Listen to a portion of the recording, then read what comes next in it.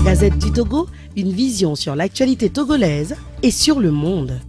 Ce matin, avec mes confrères, nous reviendrons sur la présidence de la CEDEAO qui est revenue au Togo. Faure Gnassingbé, président pour 12 prochains mois. Alors, on parlera de la CEDEAO des peuples avec la question de la libre circulation des biens et des personnes. Le confrère Liberté en a parlé aussi ce matin. Et puis, l'autre sujet lié donc à l'alliance Groupe des 6 et CAP 2015. Qu'est-ce que cela pourrait changer dans la démarche pour les réformes politiques au Togo? On s'interrogera sur le sujet. Retour en studio avec mes confrères Michel Tchadia. Michel, bonjour. Bonjour Eric, bonjour à tous nos amis qui nous écoutent. Oui, merci de nous avoir rejoints. Vous avez fait l'effort parce que il y a une grande pluie qui s'abat sur le monde. Les rues, vraiment, surtout la rue du contournement que les Chinois sont en train de construire. En tout cas, c'est cette rue-là qui mène chez moi. Donc, j'ai dû au niveau de Agoué. Oui, Agoué, Canfir, en allant jusqu'à je suis les sœurs un peu devant. Voilà. Donc, c'est pas évident. Hein, la situation est telle que vraiment, mais on est obligé. C'est notre métier et on doit quand même sortir pour honorer nos engagements. Naturellement, merci quand même d'être avec nous ce matin. Bonjour Jacques. Bonjour Eric, bonjour aux auditeurs et auditrices de Taxi FM. Et vous voyez quand même cette pluie qui dérange les populations. Oui. Par endroits des inondations, là où il n'y a pas d'inondation, les voies sont pratiquement pas praticables. C'est compliqué pour les populations finalement. Oui, vous savez, la situation par exemple de Lomé. Vous voyez que Lomé est sur un terrain plat. C'est souvent difficile quand il pleut un peu comme ça. Les quartiers sont inondés. Oui. C'est le lieu de rappeler une fois encore les responsabilités des uns et des autres. Quand il pleut, ces conditions, comment s'y prendre? C'est vrai que nous tous ne pouvons pas avoir les voitures, les motos, mais on peut quand même s'acheter les imperméables pour pouvoir s'arroger avant de pouvoir se rendre au boulot. Parce que vous savez, quand il pleut comme ça, les services sont vides, les gens n'y vont pas. Surtout l'administration. Voilà, donc je crois que c'est le lieu de rappeler la responsabilité de tout un chacun d'entre nous par rapport à notre devise qui nous parle du travail, de la liberté, de la patrie. Donc il faut aimer le travail et aimer également sa patrie. C'est vrai que les conditions ne sont pas réunies pour chaque citoyen lambda de pouvoir s'acheter une moto ou bien une voiture. Donc, on peut quand même s'acheter des parapluies pour pouvoir s'y rendre au travail. C'est vrai qu'il y a une minorité, mais dans cette minorité également, il faut qu'on puisse sentir la majorité également exercer son travail. Alors, on le disait depuis la semaine dernière, il y a une grande pluie qui s'abat sur la côte ouest africaine en même temps. Pourquoi chaque année, au Togo, on connaît des inondations? Est-ce que nos autorités n'ont plus finalement la maîtrise de l'intempérie pour épargner les populations de ces difficultés? Non, je pense que, par exemple, cette pluie qui a commencé à tomber depuis, 5 heures. Voilà. Oui, pour aujourd'hui. Pour aujourd'hui, là. Je pense que c'est une grande pluie. Hein. Oui. Je ne sais pas si les services météo ont prévu cela. Mais dans tous les cas, par rapport aux inondations au Togo, il faut reconnaître que, Eric, c'est dernièrement, moi je dirais que ça va un peu mieux par rapport à ce que nous avons connu dans les années 2005 jusqu'à 2007-2008. Avec la rupture des ponts d'Amakwapé, tout ça là. Je pense que vous savez, le plan directeur de la ville de Lomé, en tout cas pendant longtemps, on n'a pas prévu beaucoup d'exutoires. Ce qui fait qu'à un moment donné, comme il n'y avait pas assez de rues, et qu'il y avait des canaux de drainage d'eau, ça a créé beaucoup de problèmes. C'est vrai, avec la construction des routes à Lomé, ça, en tout cas, ça a permis quand même de drainer les eaux, et ce qui fait que les inondations, on n'en connaît pas tellement trop ces dernières années. C'est vrai que ça existe, et même ma foi dans les pays, quand vous allez au Sénégal, à Dakar, oui. Mais les rues sont bien faites, tout cela, mais ils connaissent de temps en temps des inondations. Donc ça, je pense que c'est vrai que par endroit, il y a des quartiers quand même, à un moment donné, on se demande s'il ne fallait pas quand même reconstruire, rebâtir ces quartiers-là. Quand je prends les quartiers déloger et pour les réinstaller et vraiment voir comment, quand vous regardez ce quartier-là, même avec l'œil de profane, vous vous rendez compte qu'il y a quelque chose qui ne va pas. Le quartier n'est pas bien situé et surtout qu'il se trouve un peu dans le bas-fond, ce qui fait que ça crée des problèmes à nos frères et sœurs qui habitent là-bas. Mais globalement, à Lomé, il faut reconnaître que la construction des routes avec les canaux d'évacuation d'eau, tout ça là, ça a permis quand même mais ça doit continuer. Je pense que progressivement, le plan directeur de la ville de Lomé est en train d'être maîtrisé par les services d'assainissement et comment l'appelle-t-on, les services techniques du ministère des TP. Donc, c'est d'encourager les gens à aller dans ce sens-là, à continuer à aider quand même à créer des retenues d'eau qu'on note un peu partout dans la capitale, notamment à Goué ici, à Kakaveli aussi. Donc ça permet quand même d'empêcher que vraiment qu'on frôle le pire, quoi. Donc mais les inondations, même jusqu'en France, aux États-Unis, ça vient toujours. Mais je pense que c'est... ça veut dire qu'on ne doit pas s'alarmer outre mesure. Oui, c'est dans... Je dirais que la nature, ça a été toujours comme ça. C'est-à-dire qu'on peut tout prévoir, mais la nature peut vous dribbler. Vous savez, l'eau est tellement difficilement maîtrisable. Vous pouvez orienter l'eau, mais la nature fait que elle-même, elle va se trouver en tout cas, une autre direction quelque part, et ça peut créer des problèmes ailleurs. Donc, mais on doit toujours maintenir la pression sur les autorités qui ont en charge les services d'assainissement, faire en sorte que les quartiers soient plus ou moins quand même habitables en temps de pluie. Naturellement. Bonjour Ildefonse. Bonjour Eric et bonjour à tout le monde. Merci de nous avoir rejoints. Est-ce que le problème de Lomé, problème d'inondation à Lomé, c'est beaucoup plus lié à l'assainissement de la ville de Lomé? Il y a eu plusieurs bassins de rétention d'eau qui ont été construits quand même, hein, mais on ne continue pas à voir chaque saison de pluie que le calvaire des populations, Lomé, l'intérieur du pays, c'est pas fini. Oui, mais est-ce que les études ont été bien faites? C'est la première question, bien la première remarque que moi je fais.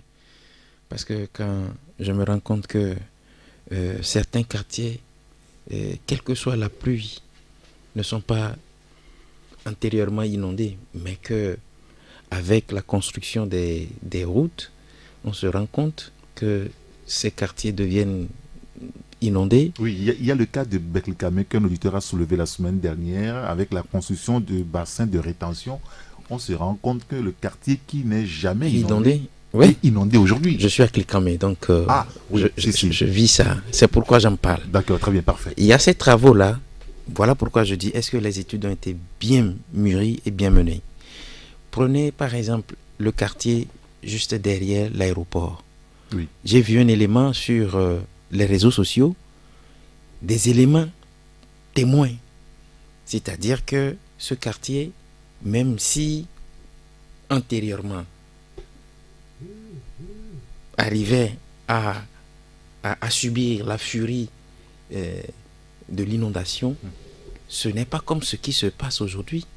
J'ai écouté ces populations qui disaient que mais c'est juste après les travaux qu'on a menés là que elles se sont rendues compte que ces populations-là se sont rendues compte que la fine pluie qui était tombée la dernière fois a inondé. Et maintenant, je ne sais pas ce que ces populations-là vont vivre aujourd'hui avec la grande pluie là que nous avons traversée pour être à tes côtés tout à l'heure. Si. Vous voyez? Donc, est-ce que les études ont été bien menées, bien mûries? Si oui, bon, mais quelles sont les causes de ces inondations? Surtout de ces quartiers qui n'étaient pas des quartiers inondés ou inondables et qui sont inondés aujourd'hui. Oui, c'est presque un mystère aujourd'hui, hein, Jacques. Vous les savez, quartiers qui ne sont pas concernés par l'inondation, qui curieusement aujourd'hui sont complètement inondés. Oui, c'est par rapport aux constructions. C'est-à-dire que d'où moi vous construisez... Ça veut dire qu'on fait mal les travaux. Justement, c'est l'assainissement au fait. Prenez par exemple les axes. Quand vous prenez... il a cité Klkame. Oui. Vous avez vu qu'il y a effectivement il y a une voie. mais il y a pas un passage de l'eau. Oui, des caniveaux. Il n'y a pas de canalisation. En fait, c'est ça le problème. Il n'y a rien pas du tout. Prenez l'axe par exemple Ebé. Quand vous ne pouvez pas rentrer actuellement dans certains quartiers au niveau de Ebé. C'est pas possible. Dans le grand baie. Oui, prenez l'axe où on a pavé, par exemple, la voie qui va vers le marché et l'autre voie qui débouche vers, justement. Vous allez voir qu'il y a tellement d'eau parce que l'eau ne trouve pas de passage. Il n'y a pas de caniveau. En fait, c'est ça le problème. Et les endroits où il y a certains caniveaux, vous voyez que les caniveaux là sont un peu restreints, si bien que l'eau n'arrive pas à bien circuler. En fait, c'est ça le problème de Lomé. Et vous avez parlé des rétentions d'eau, des retenues d'eau. Il faut aller voir comment également ils sont construits. C'est des problèmes. Du moment où l'eau, une petite pluie comme ça, vous allez voir que c'est plein et l'eau, c'est l'eau là encore qui déborde, qui dérange, qui rentre encore dans les maisons. Vous prenez aujourd'hui l'axe également au niveau d'Aného, les populations crient. Oui. Parce que vous avez vu que finalement la mer s'est déchaînée et l'eau. Ce week-end, la mer complètement dans les maisons. Dans les maisons à Aného. C'est pour dire que il y a un seul problème d'assainissement qu'il faut également revoir dans la capitale. Vous l'avez bien dit, il y a des quartiers où il n'y avait pas d'inondation. Mais dans ces jours-ci, on constate qu'il y a tellement d'inondations. La responsabilité incombe effectivement à l'assainissement, mais ça incombe également aux populations. Parce que quand vous prenez les caniveaux, les gens jettent n'importe quoi dans ces caniveaux, les caniveaux là se bouchent, et lorsqu'il pleut comme ça, l'eau n'arrive plus à passer, l'eau est obligée de rentrer dans les maisons. Et ce qui se passe également, vous allez voir que dans certains quartiers, là où il y a l'eau stagne un peu, les gens essaient de creuser, ne serait-ce que les passages de l'eau, et cette eau-là rentre encore dans les maisons des autres. En fait, je crois qu'il y a un problème d'assainissement qu'il faut revoir. Il y a vraiment certains quartiers de Lomé qu'il faut complètement reconstruire. Créer des caniveaux, les passages d'eau. Ça sera très coûteux pour l'État. Oui, ça peut se faire. C'est-à-dire que, vous savez, on peut... Parce que pour rebâtir ces quartiers, il faut d'abord reloger ces populations et puis après s'occuper du quartier. Non, on peut, ne serait-ce que les caniveaux en attendant. On peut creuser les caniveaux pour pouvoir évacuer ces eaux. C'est vrai que certains quartiers qui étaient inondés, entre-temps aujourd'hui, on sent que quand même il y a la calmie par rapport à ces inondations. Mais il faut revoir une fois encore l'assainissement et on construit un peu partout. Vous allez voir dans certains quartiers, un monsieur qui a construit 2 pièces. À côté de ces 2 pièces-là, on érige vraiment un grand bâtiment. Et lorsqu'il pleut, vous allez voir que l'eau qui coule depuis le haut, l'eau là se déverse dans la maison de celui qui a une pièce. Et ça crée également des problèmes. Je crois qu'il est important que l'urbanisme, le ministère de l'urbanisme puisse faire une fois encore ressortir la cartographie de Lomé. Parce que depuis un certain temps, je crois que la cartographie qu'on a, c'est une cartographie datant de 1900. Oui, justement, c'est déjà avancé.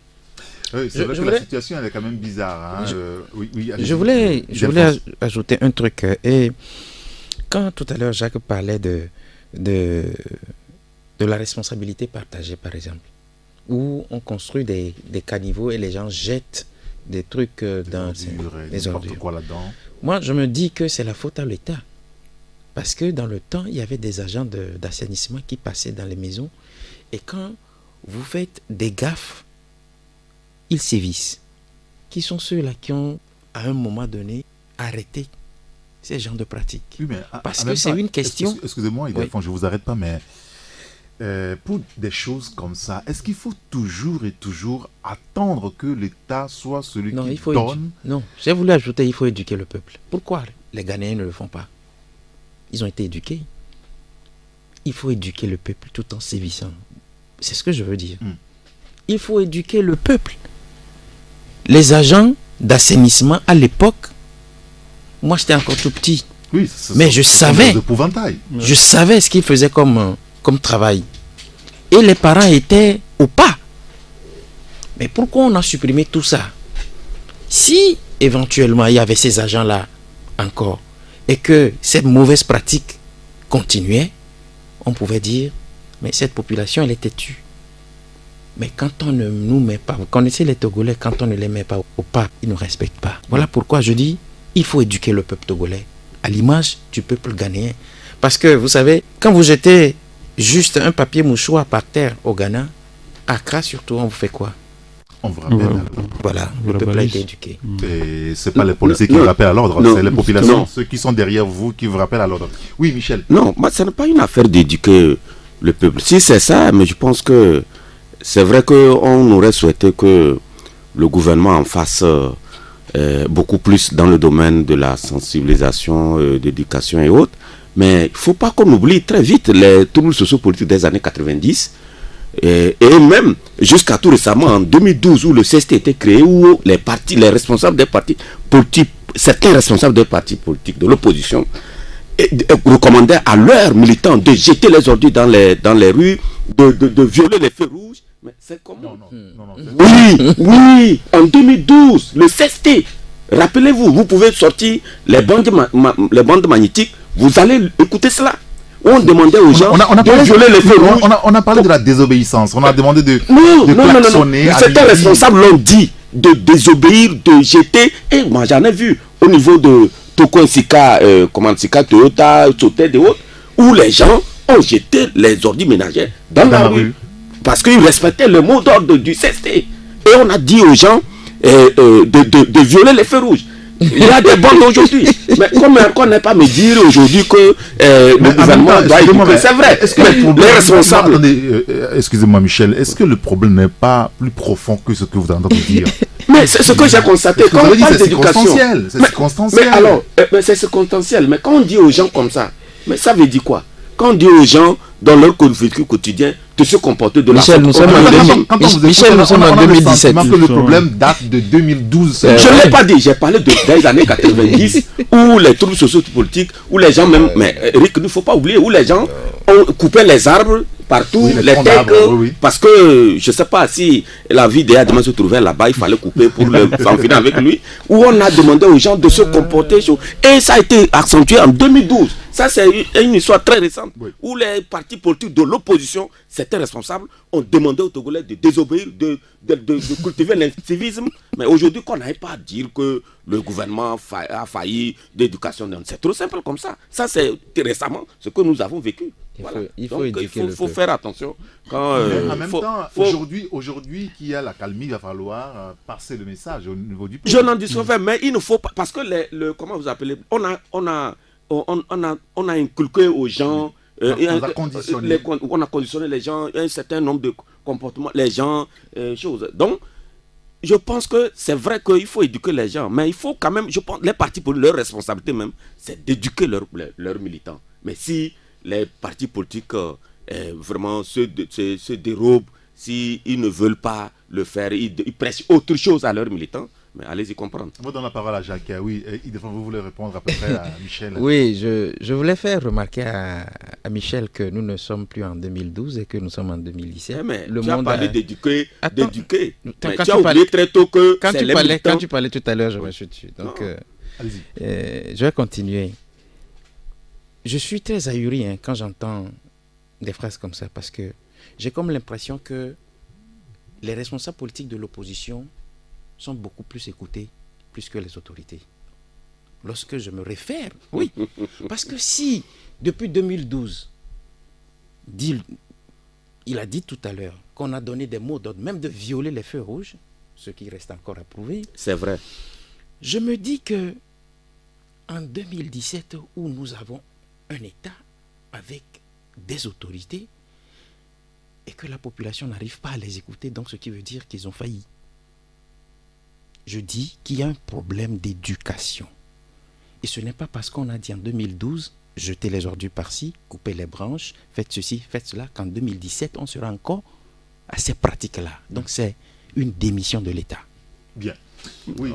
Jacques, quel est votre commentaire sur ce sujet-là? Non, je crois que, vous savez, depuis un certain temps, l'État s'évertue quand même avec la journée instaurée, la journée Togo ville propre. Oui, mais donc, là aussi, la remarque générale, c'est que les gens personne ne suit, à part ce qu'on filme et qu'on montre à la télévision. Justement, je suis d'accord avec vous, mais je crois que ce qui est important de faire aujourd'hui, vous prenez par exemple le Rwanda, que je connais un peu, vous savez, les autorités au niveau du Rwanda, quand ils décrètent par exemple une journée Rwanda propre, il commence à partir de, je crois c'est 8 heures. 8 heures jusqu'à midi. 8 heures jusqu'à midi, aucun véhicule, aucune moto. Si vous êtes même étranger et que vous devez prendre par exemple votre avion à partir de 8 heures ou bien 9 heures, vous êtes obligé d'aller à l'aéroport à 5 heures du matin. pour pouvoir prendre votre vol parce qu'il n'y a aucune circulation. Aucune circulation. Donc vous êtes obligé. Ici, nous trouvons quand même des moyens de contourner tout ça. Justement. Hein, Et puis, c'est ce que j'ai dit. Donc il est important aujourd'hui, c'est-à-dire que Idelfos disait tout à l'heure que la responsabilité incombe aux autorités, c'est vrai. La responsabilité incombe à nous tous. Parce que ce n'est pas par exemple une autorité qui va venir te dire de balayer devant ta maison. Je suis d'accord. Voilà, ce n'est pas une autorité qui doit te dire dès que tu prépares par exemple ta pâte et que tu laves par exemple ta marmite, tu prends les déchets là, tu verses devant ta porte. Ça n'a pas de sens.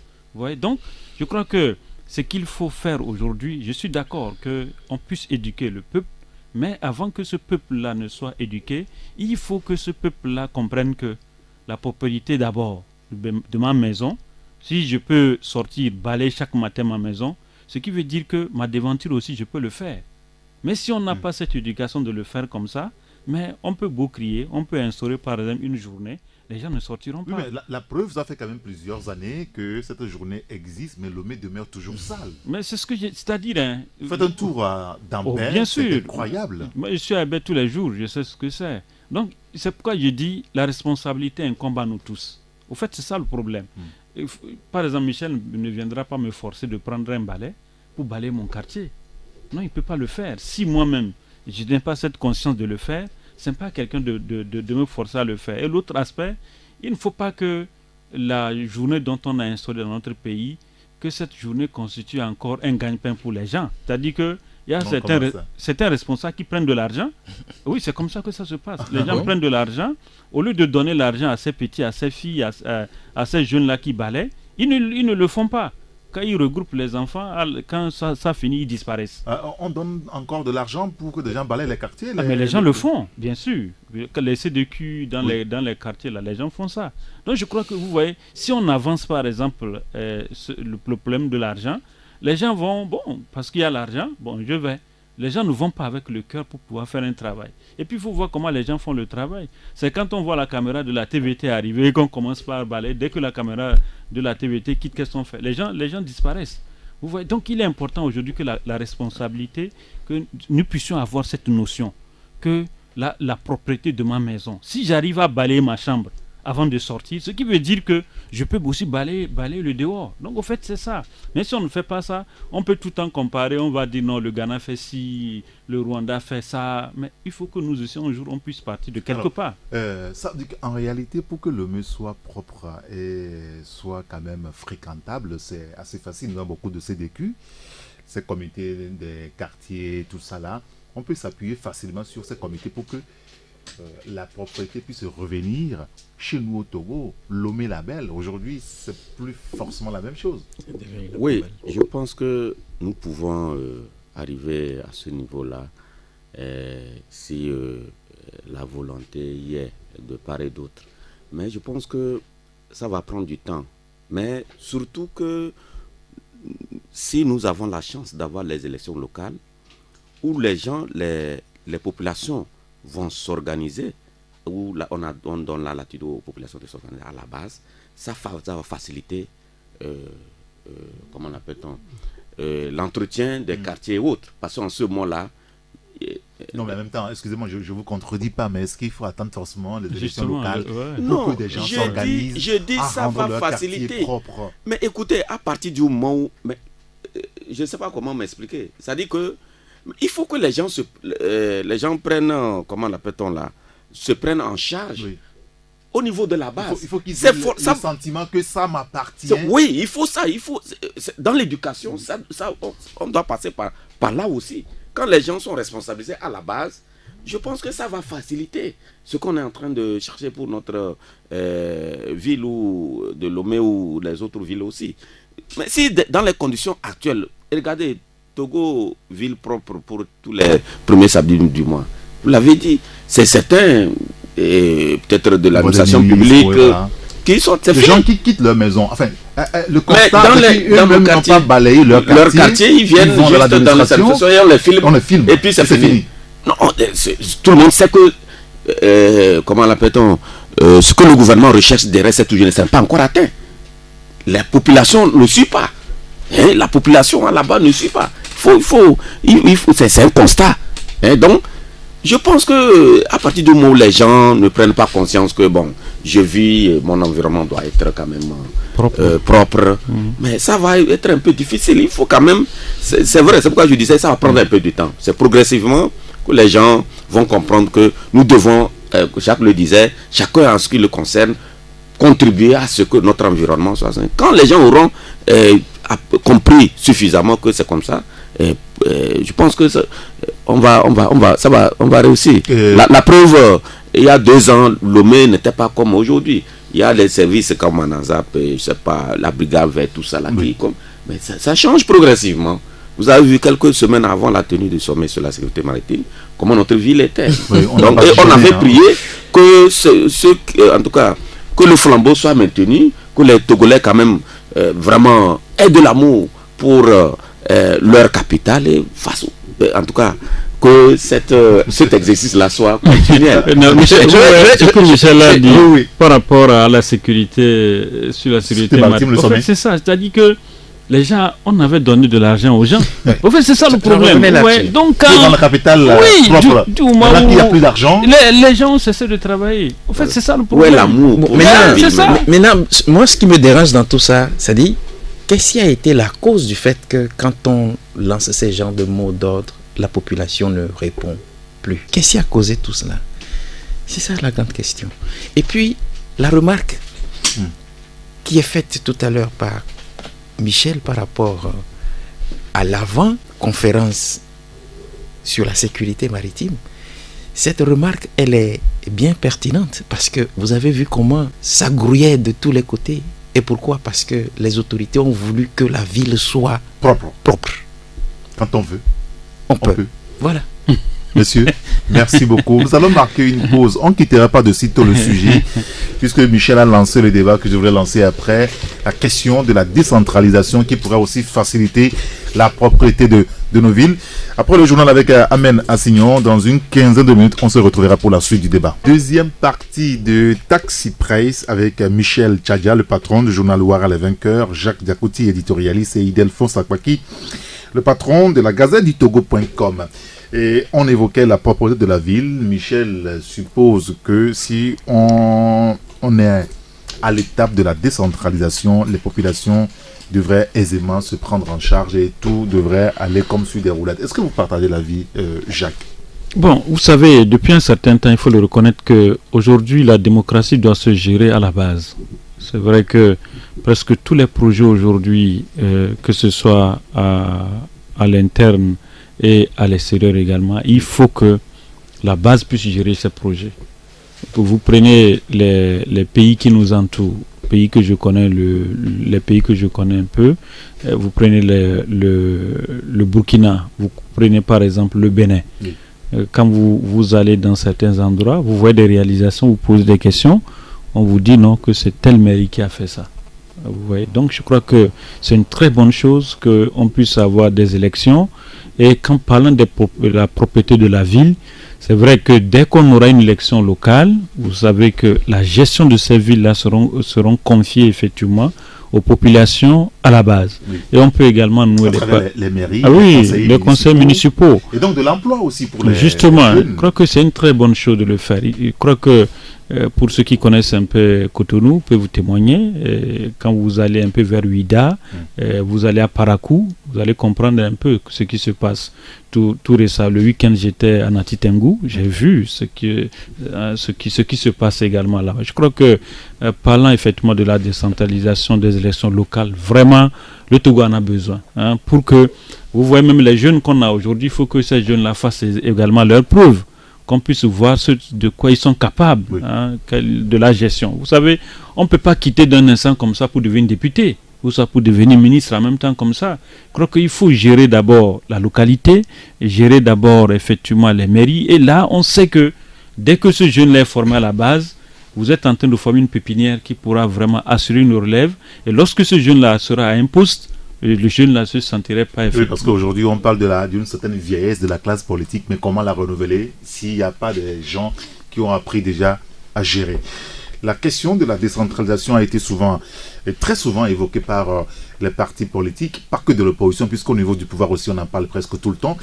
La semaine dernière, l'Assemblée nationale, il y a cette façon de découper les choses qui ne plaît pas quand même à l'opposition. Mais toujours est-il que allons aller à la décentralisation et permettre à ce que les communautés se prennent en charge, c'est quand même une bonne chose.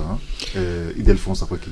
Une remarque, oui, c'est une bonne chose. Une remarque. Lorsque nous sommes en face d'une question d'intérêt national, cela implique l'apport des uns et des autres. L'apport de tous les citoyens.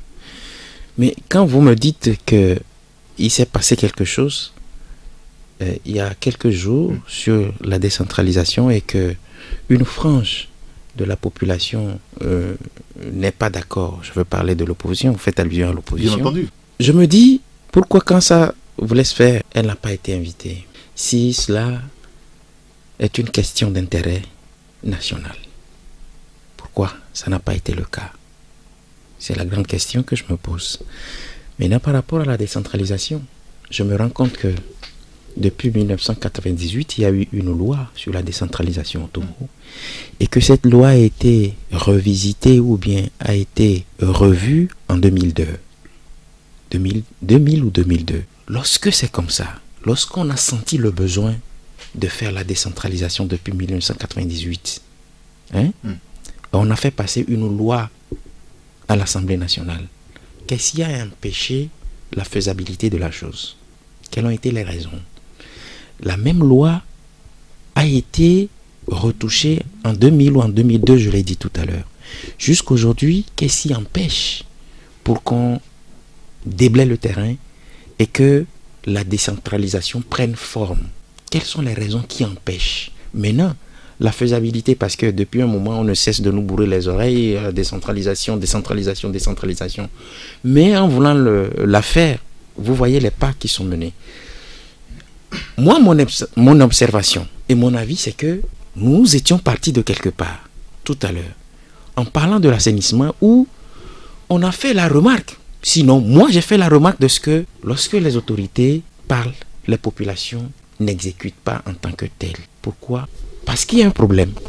Ce problème, il faut rechercher les causes et leur trouver des solutions qu'il faut. Il y a quel type de problème?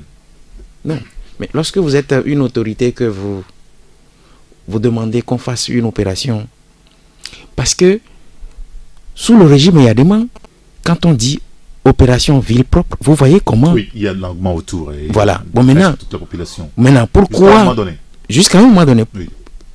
Quelles ont été les causes qui ont fait que il n'y a plus d'engouement? Elles sont politiques, à votre avis? Je ne sais pas, mais il faut les rechercher et leur apporter des solutions adéquates. Jacques a dit tout à l'heure quelque chose de très important. Lorsqu'on veut bâtir un État moderne, il faut donner la parole aux populations à la base. Et quand on veut avoir un État digne de ce nom, il faut que les populations aient en face d'elles ce qu'elles ont mandaté. Parce que quand vous me choisissez, que vous me confiez une responsabilité, quand il y a problème, c'est vers moi qu'on viendra. Mais tant que c'est des gens qui ont été nommés, et des gens qui ont été nommés par ces autorités-là qui parlent et qui n'existent pas. Vous comprenez? La délégation spéciale. Non, mais c'est une foutaise. Il n'y a qu'au Togo qu'il y a cette foutaise-là. Je dis c'est une foutaise et je l'assume. Parce que justement, vous voulez qu'il y ait un développement, et le développement doit partir de la base. Et qui parle du développement à la base, moi, je le dis, pas avec égoïsme. Il a donné l'exemple du Bénin. Pendant 4 ans, je suis resté là-bas. Il a parlé d'un certain nombre de villes. Moi, je parle de Porto-Novo. J'ai vu comment les choses évoluent à Porto-Novo et à Cotonou. Parce que justement, on a opté pour une politique à la base. Et ce sont les populations-là qui ont choisi leurs élus. Pourquoi? Ici, on ne choisit pas et on veut imposer. Alors, aujourd'hui, le sentiment général, Michel, vous allez me dire si c'est vrai ou faux, c'est que des gens ont finalement le sentiment que les politiques de tous bords ont pris en otage la question de la décentralisation et des élections locales. L'opposition dit ou veut ceci, le pouvoir dit je ne veux pas ça, je veux plutôt ceci. L'opposition dit ce que vous proposez là, il y a un piège, on n'en veut pas, et ça dure depuis des années. Est-ce qu'il n'y a pas une forme de prise en otage de la question essentielle du développement des populations? Non, je pense par rapport à la décentralisation, nous sommes en train d'aller et on doit aller. On va sortir de ce carcan-là parce que finalement, oui, on va sortir. Il faut qu'on aille assez à la décentralisation et suivi des élections locales. Il peut y avoir des ratés, mais progressivement, ça va être corrigé. On ne peut pas. Mais il y a une c'est pas une moule. Il y a un certain peur au niveau du pouvoir de casser, de se griller dans ce processus. Donc on prend tout le temps. Mais c'est à eux de faire en sorte qu'ils ne soient pas grillés, qu'ils ne soient pas cassés. Mais si eux-mêmes, ils sont prédisposés à se faire casser, c'est à eux de voir ce qu'il faut faire. Dans tous les cas, les populations, aujourd'hui, quand vous écoutez les gens, c'est que les populations ont soif de s'organiser à la base. Dans aucun pays, le développement local descendant n'a jamais payé. C'est le développement local ascendant qui a toujours payé dans tous les sud. Donc, or ici, pendant des années, c'est la politique par cadeau, la gouvernance par cadeau.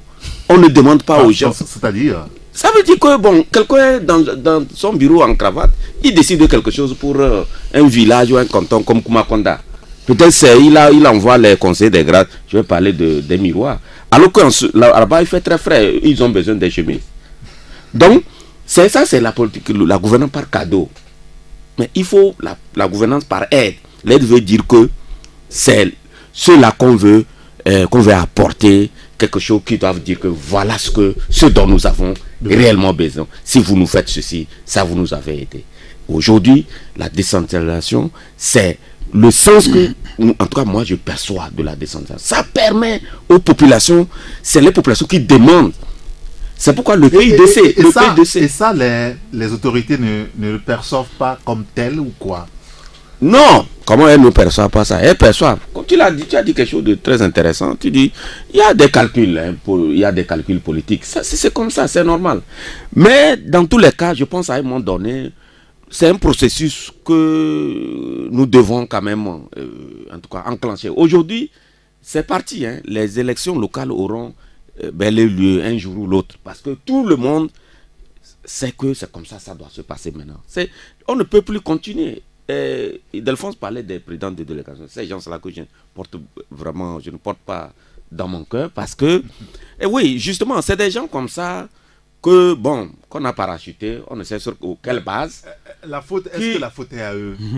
Mais écoute, est-ce que ce n'est pas beaucoup plus à ceux-là ou à celle-là ou à celui-là qui les a nommés? Oui, mais en tout cas, c'est eux qui sont notre interface, c'est eux que nous voyons. C'est pourquoi je dis, moi, je ne les porte pas dans mon cœur. Parce que leur rôle, c'est un rôle vraiment lugubre, c'est un rôle vraiment, c'est pas flou. Nous marcher, nous comment on appelle tout ça là, mais on ne sait pas dans quelles conditions ces gens-là gèrent cela. Actuellement, notre problème au Togo, c'est que, selon des informations, il y a cette info à l'international que le Togo devait capter pour le développement local. Oui. Mais on n'a pas ces fonds-là. Il y a des jumelages. Oui. Non, on ne peut pas jumeler avec quelqu'un qui ne rend pas à rendre compte. Moi, si j'étais un nouveau, je ne peux pas accepter cela. Il faut quelqu'un qui rende compte demain. Ça, lui, je peux faire confiance. Mais ces gens-là, on disait depuis là que ces gens-là nous volent.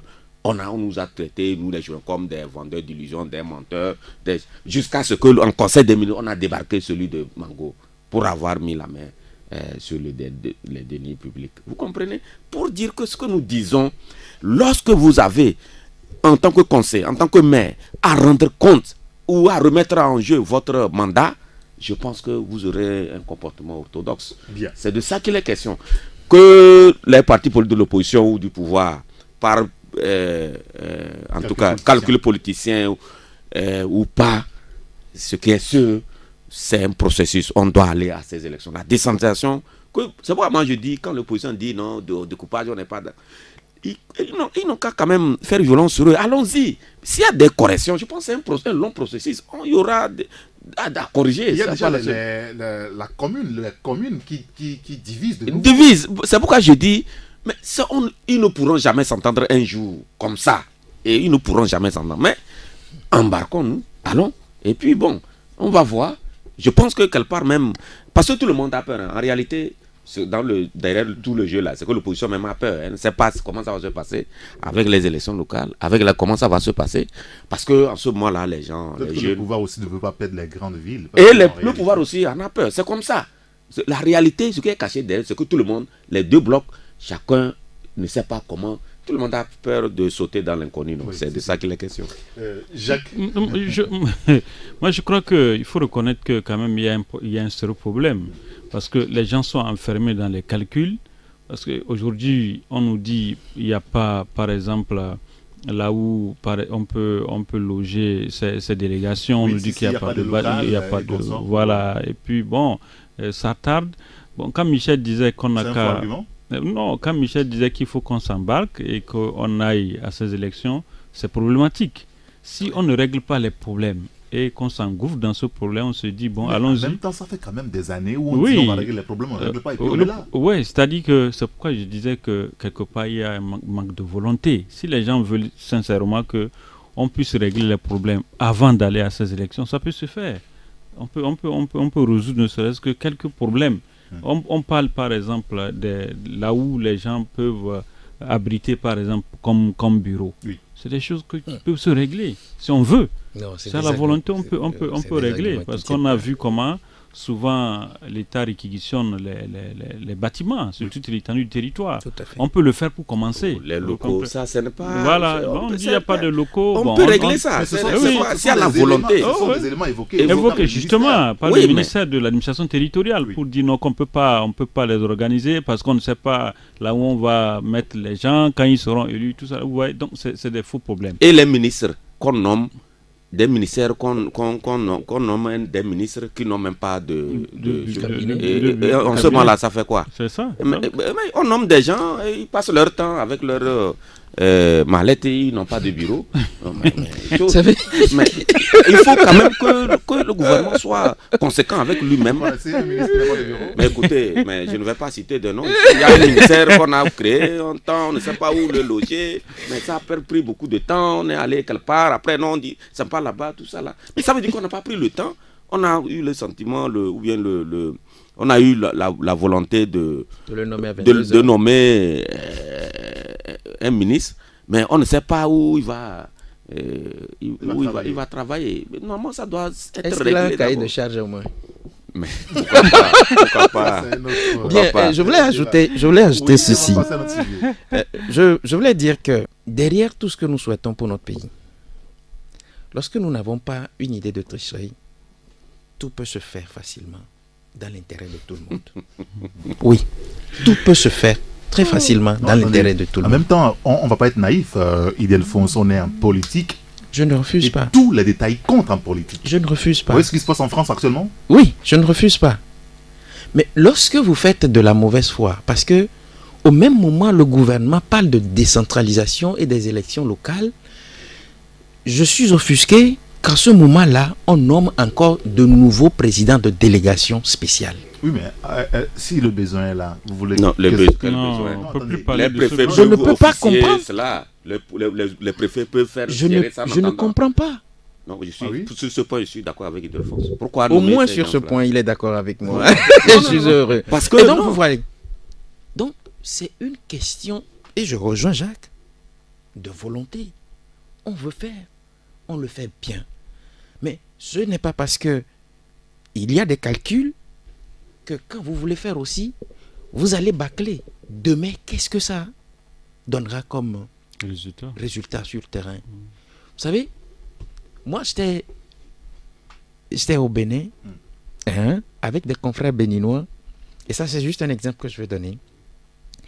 Lors de la présidentielle béninoise, et tout juste après la proclamation des résultats, on était tous à table et on blaguait, et puis il y a un parmi eux qui s'est retourné vers moi pour dire: Togolais, c'est comme ça, vous aussi vous avez fait chez vous? J'ai dit: mais qu'est-ce que tu veux me dire? J'ai dit: mais vous là, votre président il donne les résultats, il dit il y a des erreurs par ici. Et j'ai dit: mais c'est une bonne blague. Voilà ce que les gens retiennent de nos erreurs en amont.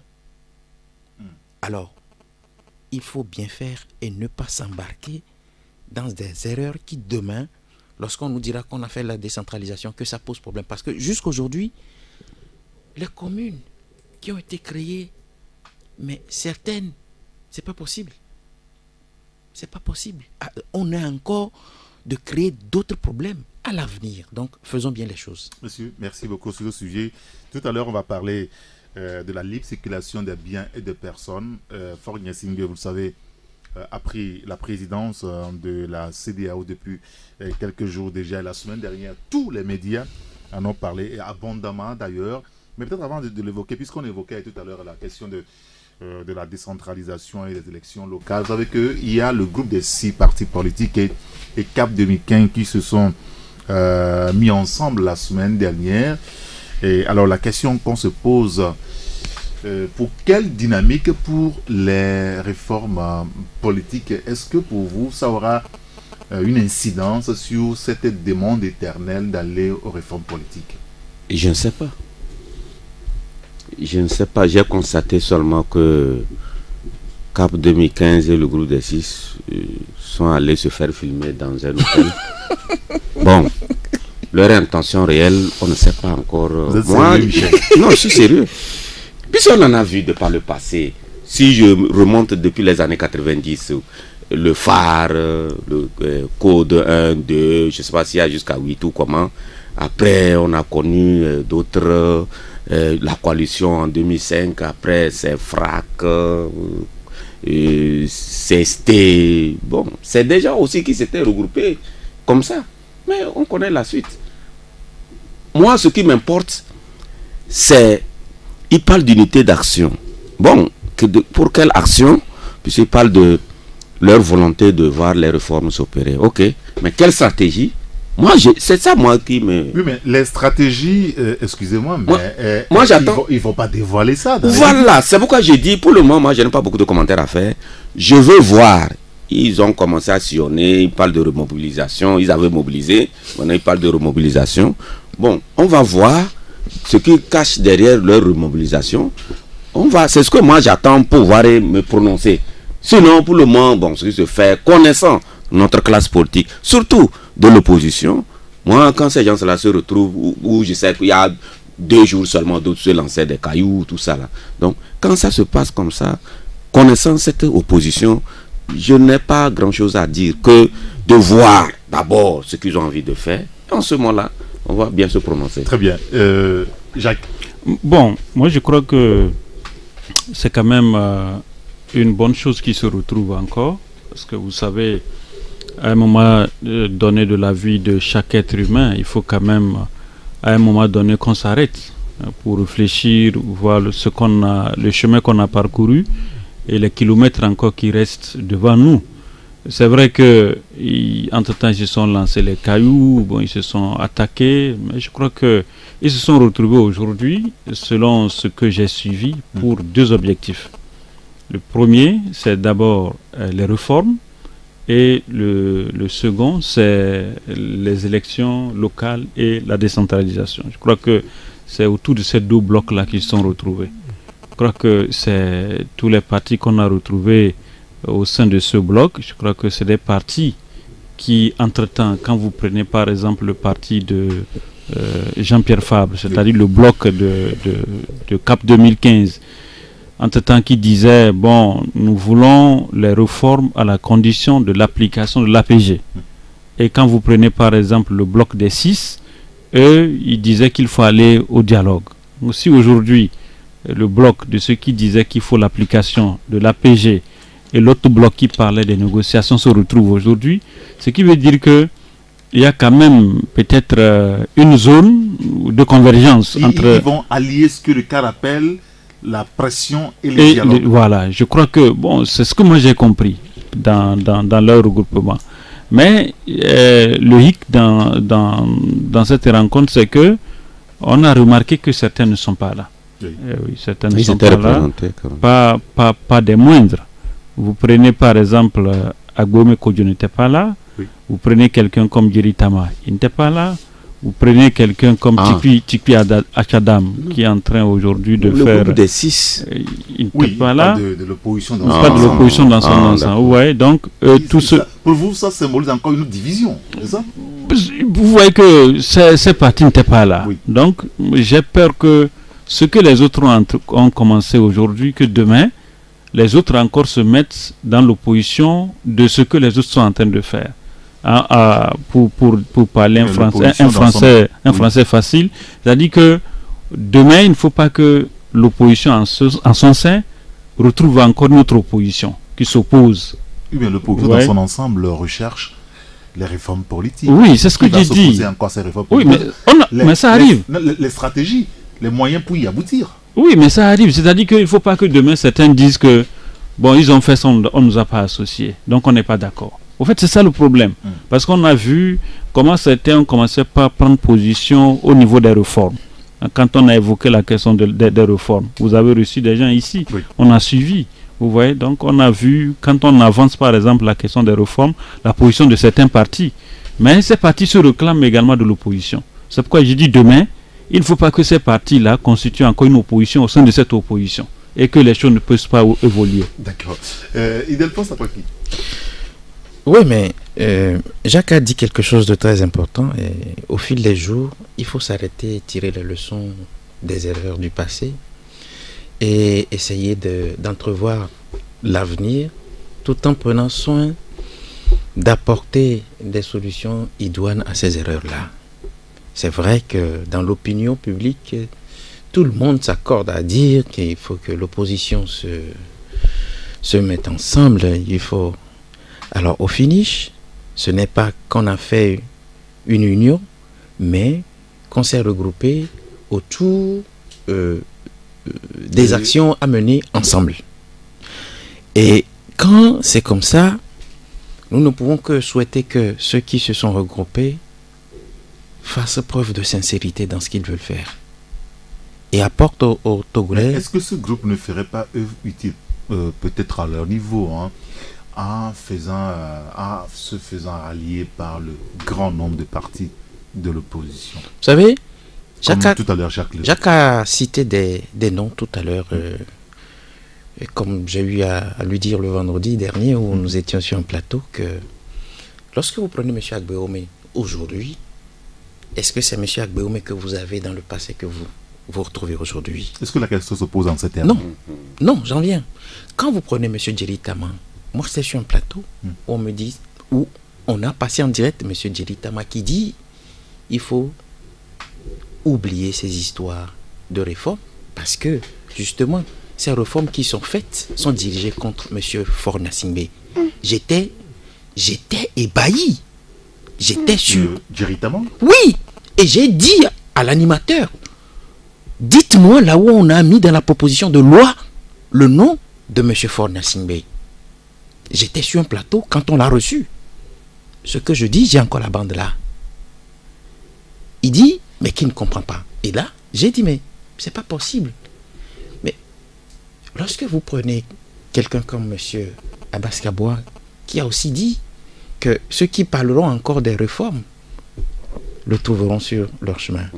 Et bien d'autres personnes. Mais vous voulez mettre tous ceux-là ensemble. Lorsque les deux groupes disent, nous voulons les réformes. Les réformes, à partir de l'APG signé le 20 août 2006, et les locales qu'on a arrêtées depuis 1987.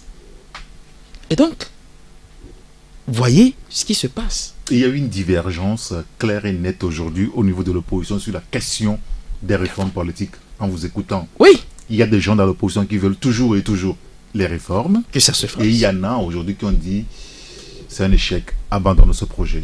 Tout à fait. Autre chose. Alors, donc c'est difficile finalement d'allier tous ces gens-là. Oui, c'est difficile. Moi je les ai écoutés. J'étais sur le plateau avec certains, j'ai écouté tout ce qu'ils ont dit. Mais j'ai dit, mais c'est pas possible. Il n'y a que des animaux de la même race qui vont ensemble. C'est ce qu'on est en train de voir aujourd'hui. C'est tout. C'est tout. Bien. Messieurs, merci beaucoup. Cette sujet, on pourra y revenir bien plus tard lorsqu'on aura plus de précision. Vous voulez ajouter un mot, Michel? Non, je pense que c'est comme ça. Je vais terminer, je vais peut-être dire un mot par rapport à la Ouilachité. Il dit ce sont les oiseaux de la même race qui vont ensemble. Ça a été toujours comme ça dans ce pays où on a toujours cru que, bon, certains ne peuvent pas faire l'affaire et que, bon, c'est d'autres qui sont quand même en mesure de faire quelque chose. Quand on sait comment l'opposition se compose dans notre pays, moi j'aurais voulu à un moment donné que même les plus, ceux qu'on minimise, ceux qu'on pense qu'ils n'ont même pas de force, qu'on embarque avec eux, qu'on tienne compte d'eux. Mais quand déjà il y a même dans ce groupe de 11 partis politiques là, je me rappelle qu'il y a un parti politique qui dit que sans les autres, il va s'en sortir dans ce pays par rapport à tendance. Ah bon, c'est toi qui as cité le nom. Donc quand les gens vraiment se comportent comme ça, mais on trouve que d'autres ne peuvent pas faire l'affaire. Bon, de toutes les façons, la réalité est là et on verra. Je crois que par rapport à ce que Michel a dit, vous savez, il est vrai que quelqu'un disait la fois passée avec Ildefonse que vous prenez les partis aujourd'hui qui constituent le bloc des 6 oui. et le bloc de Cap 2015. C'est des partis qui sont issus des partis. Vous comprenez? Oui. Donc c'est pour vous dire que ça serait un peu difficile la cohabitation. En fait, c'est tout le débat à ce niveau. Tous les débats à ce niveau que aujourd'hui, que Gilles Christ, par exemple, puisse s'asseoir avec Jean-Pierre Fabre pour réclamer les réformes. Agboibo, qui puisse s'asseoir avec Maître Apevon pour dire... Et même Jean-Pierre Fabre aussi. Au fait, tout le débat à ce niveau.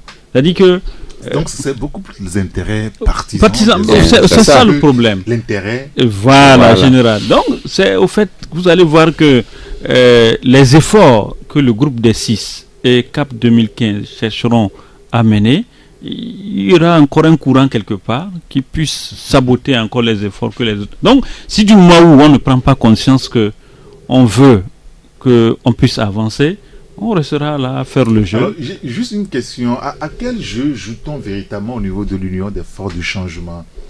Ce week-end, on a vu certains jeunes se réclamant de partis qui étaient partis entre-temps de la formation politique et maintenant qui reviennent et qui font allégeance à leur gourou. Excuse-moi, quand moi j'ai vu l'image, franchement, je ne savais pas que c'est la TVT.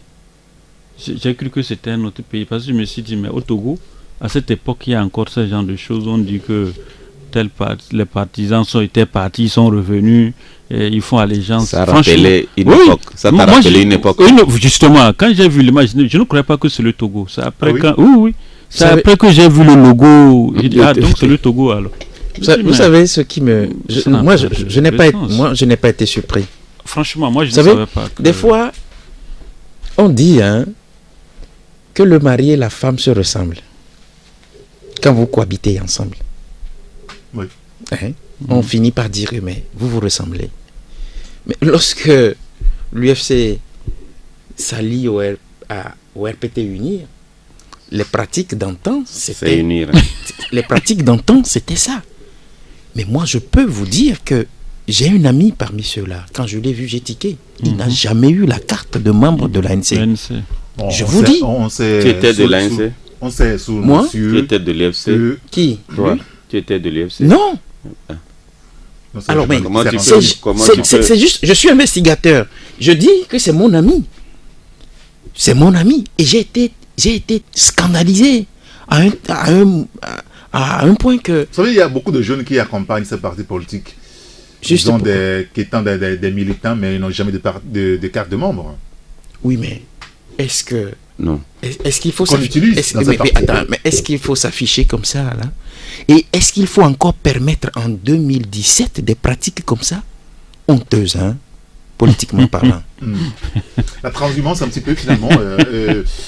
Michel, tu as constaté que même après le passage à la TVT, ça n'a dit rien aux gens. Les époques ne sont plus les mêmes. Mais aujourd'hui, ce genre de gymnastique, ça ne fait pas. C'est passé inaperçu. Qu'est-ce qui se passe? Qu'est-ce qui se trame? Qu'est-ce qui va se passer en réalité, je ne sais pas concrètement qu'est-ce que l'UFC a voulu en faisant passer ce sketch-là. Sinon, en réalité, c'est des trucs... aujourd'hui, pas dans la conscience collective, ces genres de trucs, les Togolais sont indifférents. Ça ne sert à rien. pas de sens. Quand tu étais dans un parti politique, tu es parti et après tu es revenu là. C'est avec le parti politique. On n'a pas besoin qu'on nous exhibe que Justement. voilà, moi j'étais parti, je viens d'arriver. Dans d'autres partis là, ça se passe. Et on montre des gens comme ça. Donc, c'est des trucs que moi j'ai vu ça, j'ai dit bon, peut-être il y a, je sais pas qu'est-ce qui est caché derrière, mais au finish, j'ai l'impression que eux-mêmes, ceux qui sont à la tête de ces histoires-là, je pense qu'ils ont compris que ça ne vaut même pas la peine. C'est pas la peine de servir ça aux Togolais, quoi. On n'en a pas besoin. Très bien. Alors, Faure Gnassingbé à la tête de la CEDEAO depuis plusieurs jours maintenant. On l'a vu en fin de semaine dernière à la frontière Togo-Ghana, essayant de voir comment est-ce que ça se déroule, la circulation des biens des personnes. Il semble que c'est l'autre défi majeur de la CEDEAO aujourd'hui. La CEDEAO des chefs d'État, on la connaît. Aujourd'hui, il faut parler de la CEDEAO des peuples. Je suis d'accord avec vous. Vous avez vraiment bien analysé la situation. La CEDEAO, certains parlent même d'un syndicat de chefs d'État. Et certains parlent également de la minorité de la population. En fait, c'est ça le problème. Aujourd'hui, quand on parle de la libre circulation des personnes et des biens, mais il faut aller constater, il faut aller-y au niveau des frontières, vous verrez ce qui se passe. Ce n'est pas une réalité aujourd'hui dans la communauté. Quelle réalité? Faites un tour, vous allez voir. Vous avez votre passeport, pour passer, on vous dit encore de payer. Vous avez un passeport, vous avez votre carte d'identité, vous payez encore avant de passer. Ça n'a pas de sens. On ne peut pas nous dire que c'est une CEDEAO de libre de circulation. L'intégration n'est pas du tout, l'intégration n'est pas effective. Mais je crois que le déplacement du chef de l'État, il est allé toucher de visu les réalités, parce qu'il n'était pas seul. Excusez-moi, mais habituellement, ces gens de rencontres, le chef d'État, quand il se rend sur un terrain comme ça, la sécurité dégage presque tout le monde. Ceux qu'on met sur la voie, c'est des gens à régler, sur coupe, et tout est calculé. Et donc, il n'a pas beaucoup de chance de toucher la réalité. Non, mais vous avez vu que la fois passée, il n'y avait pas de sécurité. Pour les confrères qui étaient là-bas, ils ont remarqué. Il était venu, c'est un motard qui était devant. Oui. Les gens croyaient que c'est l'autre véhicule qui était derrière, c'est dans ce véhicule-là que le président était. Mais il est sorti dans le premier véhicule. Et ça a commencé à courir dans tous les sens. Et vous avez vu même le chef de comment on appelle, qui devait être là, au de poste. Vous avez vu que c'est le ministre hier même qui demandait qu'il est où.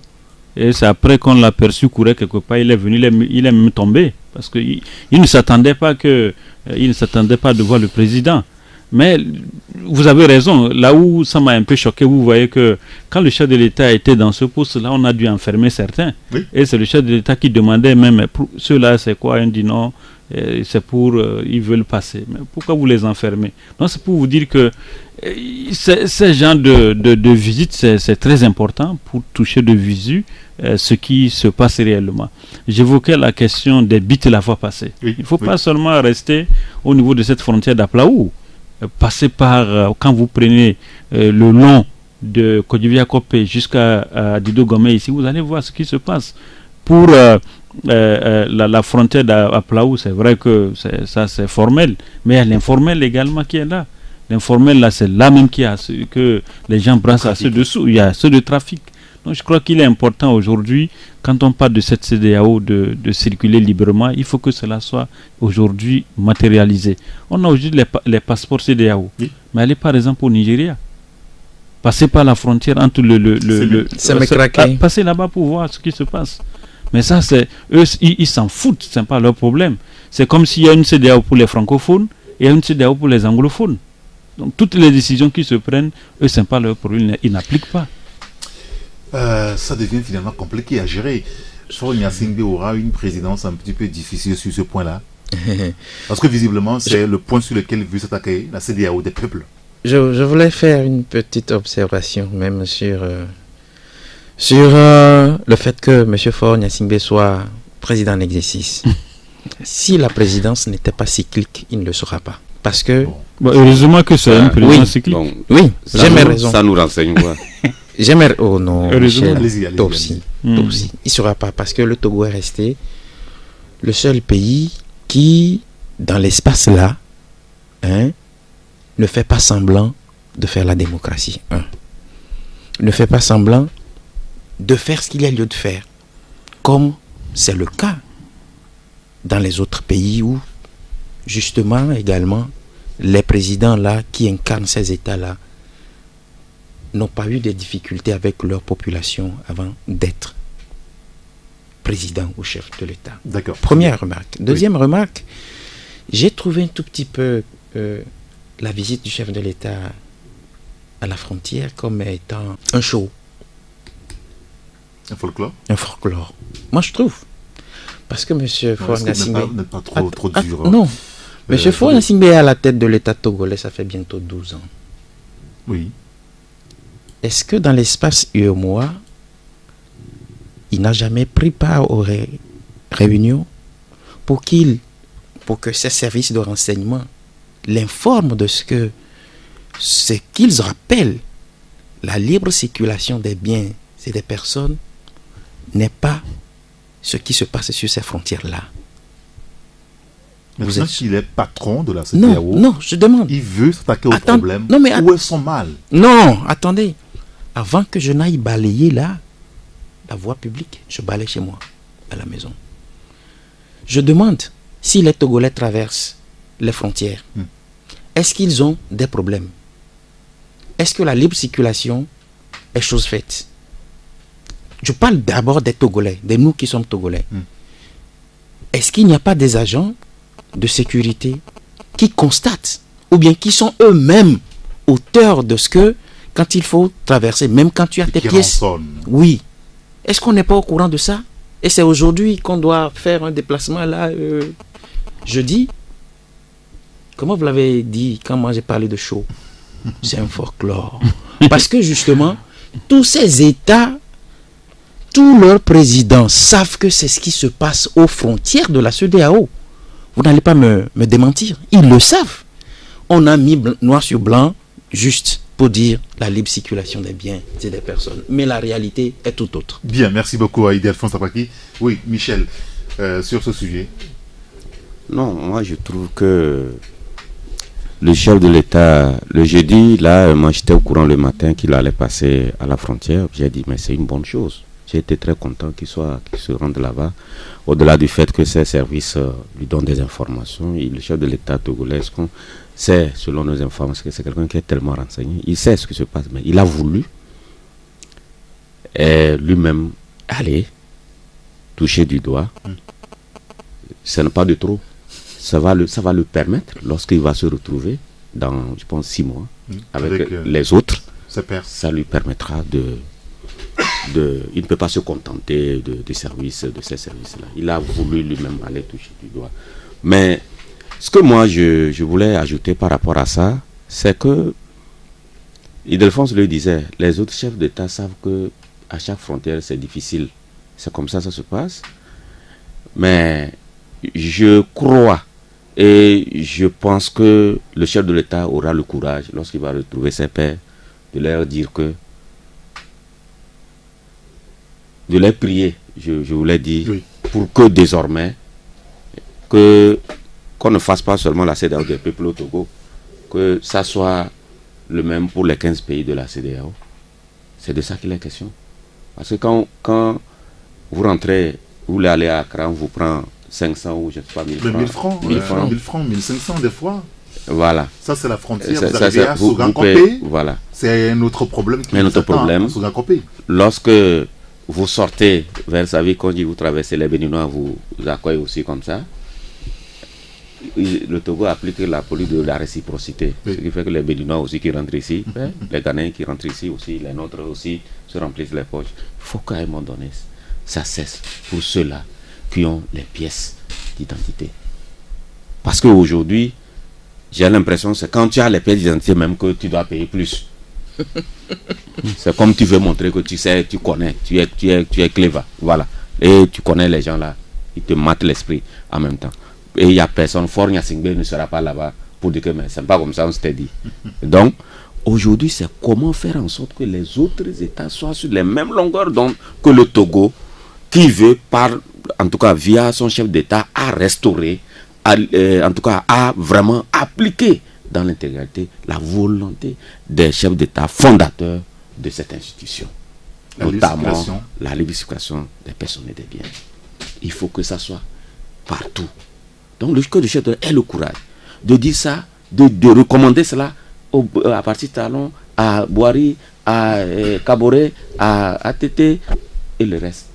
Sinon, si ça s'arrête au Togo, ça veut dire que finalement c'est nous qui allons en partie. Si on demande aux nôtres de ne pas racketter ceux qui viennent, ça veut dire que c'est nous qui allons payer de l'autre côté. Donc, on sait que le chef d'État ait le courage. Je sais que ce n'est pas facile, mais cette volonté affichée par le chef de l'État, moi je l'ai salué et je l'encourage à aller de l'avant, à faire en sorte que vraiment, véritablement, que la libre circulation des personnes soit une réalité. Merci beaucoup. Michel Tchadia, je rappelle juste que vous êtes le patron du journal Ouara Les Vainqueurs, Jacques Diakouti, éditorialiste, et Delphonse Akpaki, le patron de la Gazette du Togo.com. Merci d'être venu pour le débat. Merci à vous aussi, auditeurs, de nous avoir suivis. On se retrouve demain pour une nouvelle aventure sur la radio. À très bientôt. Au revoir. La Gazette du Togo, une vision sur l'actualité togolaise et sur le monde. Rejoignez-nous sur le www.lagazettedutogo.com ou sur nos comptes Facebook, Twitter et YouTube. Pour tout contact, écrivez à contact@lagazettedutogo.com ou appelez le 92 80 88 53. La Gazette du Togo, c'est l'information en continu.